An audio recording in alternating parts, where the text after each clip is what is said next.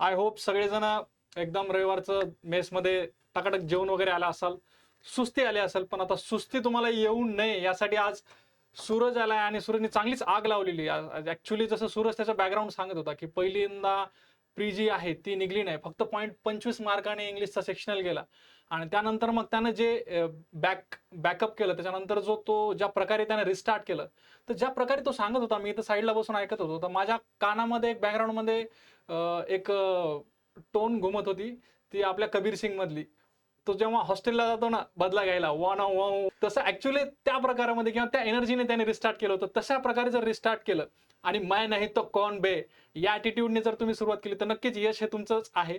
हे सूरजने आपल्याला आज दाखवून दिलेलं आहे. तर सूरज, आता बऱ्यापैकी मॅडमने तुला प्रिलिम्सच्या बाबत विचारले, प्रिलिम्सच्या बाबत बऱ्यापैकी चर्चा केली. आय होप प्रिलिम्सचे सगळे डाऊट तुमचे क्लिअर झाले असतील मित्रांनो. जर काही डाऊट अजूनही असतील तर तुम्ही टाका, आपण ते नंतर सेशनच्या शेवटी ते घेणारच आहोत. ठीक आहे, फक्त कमेंट्स तुमचे चालू ठेवा. तर सूरज, पुन्हा एकदा मी स्वागत करतो तुझं. आणि मेन्सच्या बाबत बोलत असताना जसं तू एमसीआरच्या तयारीबाबत वगैरे बोललास, तर तिथून आपण सुरुवात करू.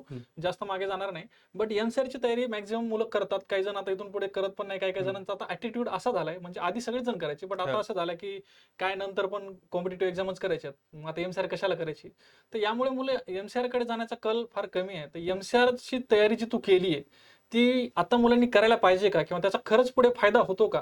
या एएफओ सारख्या किंवा ऍग्री रिलेटेड एक्झाम्स मध्ये खरंच फायदा होतो का, याबद्दल थोडं सांग. मला सर असं वाटते की जर तुम्ही ऍग्रिकल्चर म्हणजे नंतर जर ऍग्रिकल्चरचं जर एक्झाम देत असाल, सपोज जनरल बँकिंग करत असाल तर ठीक आहे. बट तुम्हाला जर ऍग्रिकल्चरमध्ये जर पोस्ट पाहिजे असेल, सपोज नाबार्ड करताय किंवा एफओ करताय किंवा ऍग्री एमपीसी वगैरे करताय, तर मला वाटते एमसीआर करायला पाहिजे. कारण की तो बेसिक असते, म्हणजे त्या फेजमध्ये जर आपण अभ्यास केला ना तर कुठेतरी फायदा त्याचा होतो. म्हणजे जेव्हा मी एफओच्या मेन्सचा अभ्यास करत होतो ना, तर मला एमसीआरचा खरंच फायदा झाला की कुठेतरी माझं बेसिक स्ट्रॉंग होतं आणि त्याच्याबद्दल थोडी आवड पण निर्माण होऊन जाते तेव्हाच एमसीआरच्या वेळेस वगैरे.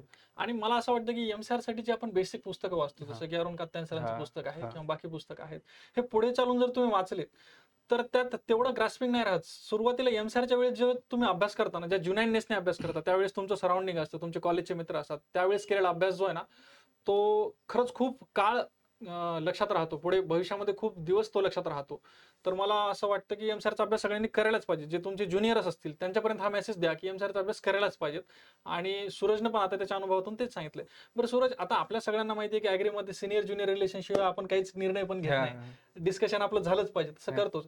आता तू मॅडमला बोलताना सांगितलं की सिनियरला बोलला, तिथून तुला बऱ्यापैकी माहिती भेटली. बट आता ह्या पूर्ण प्रोसेसमध्ये एमसीआर असेल, तुमचं एएफओचं प्रिपरेशन असेल किंवा एमएससीचं ऍडमिशन असेल, या प्रोसेसमध्ये सिनियरचा रोल काय होता स्पेशली एएफओ साठी, आणि त्याचं इंटरॅक्शन कसं तू मिळवत गेला, कॉन्टॅक्ट कसे मिळवत गेला, लोक कसे मिळत गेले तुला?